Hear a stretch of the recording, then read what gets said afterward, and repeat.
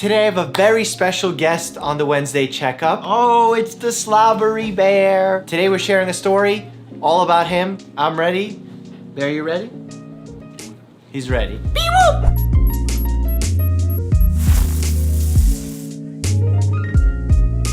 I want to start off by telling you right away, little bear was diagnosed with Lyme disease.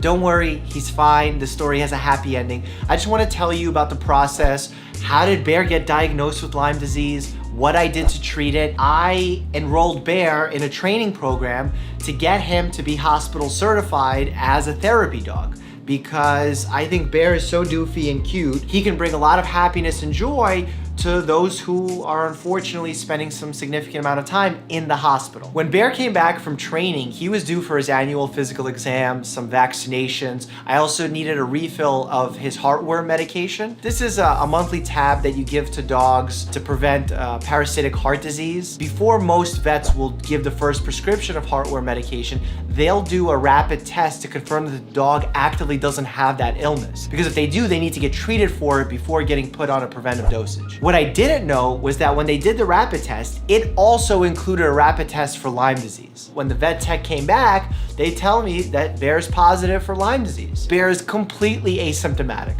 No joint issues, no joint pain, no limping. He's happy-go-lucky, eating well, pooping well, peeing well, everything was great. So it's probably a false positive. But 24 hours later, a new vet calls me and says he is positive for Lyme disease. When I asked some follow-up questions, I wasn't quite happy with the responses I was getting. The vet wasn't certain about what the test was looking for. Was it antigen, viral load, antibodies? He didn't have much experience with Lyme disease. So I said, thank you, I'll make my own decision and I'll follow up with the office. I know when it comes to Lyme disease, in humans, it can be a very controversial topic. I didn't know how controversial it was in animals. Lyme disease is a tick-borne illness that can be largely prevented by having proper tick prevention methods in action. Bear loves to run around in grass. He grew up in upstate New York, which is a haven for ticks. He has very thick, dense brown fur, so it's near impossible to see if he has a tick on him to remove it. In treating Lyme disease in humans, I know the mainstay of treatment is antibiotics. However, I didn't want to subject Bear to antibiotics unnecessarily, so I decided to jump into the research and see what I found when it comes to treating dogs who weren't showing symptoms, to see if it's even worthwhile to treat them. And what I found really surprised me. I'm not a vet. I don't pretend to be a vet. I'm not giving you advice on what you should do with your dog. It's simply me describing to you what I found in quality veterinary literature. In 2006, the American College of Veterinary Internal Medicine published a consensus of what doctors, vets specifically, thought about treating dogs with Lyme disease. They did an update to this in 2018, which is great considering Bear was just diagnosed with Lyme disease in 2019. This is what it states verbatim. The topic is still controversial.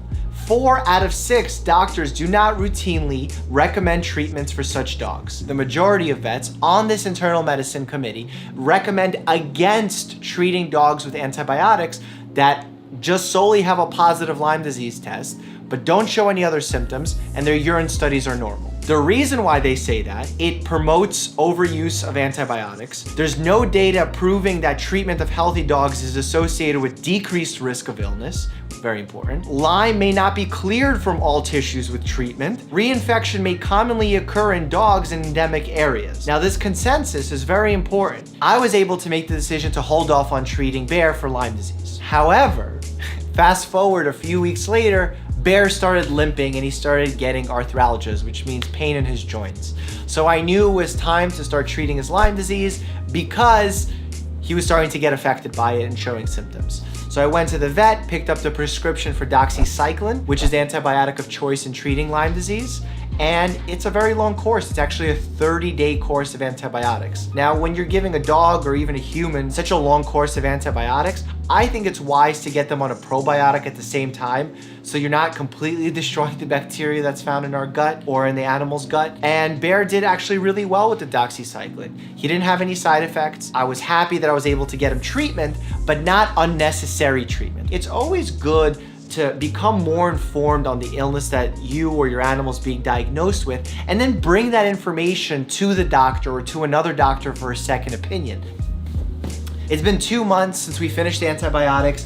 Bear's doing great. He's happy. We're back in training mode. He asked if we can open some packages on camera for a mail time segment. Hi, mailman! What do you think, Bear? Should we do it? Should we do mail time? Doesn't this face look like a face that wants to do mail time? Mail time. All right, Bear, so we're gonna open some packages, and I promise I'll give you whatever was yours, okay? It's a letter, and a little badge. Oh, it's a little heart badge. Look at that. Look how cute that. Bear, that's not for you to eat. Thank you so much. Someone from the UK. Bear, this is the one with your name on it. Are you ready? Oh, it's a hide the hedgehog game. Bear, catch. All right, go play with your hedgehog, Bear. Thank you for the hedgehog. Bear loves it. I think I can use it. Ah! I sliced my finger open. You get a doctor? I want you to pause the camera, Dad, please. A few moments later. Look, this is my own therapy dog.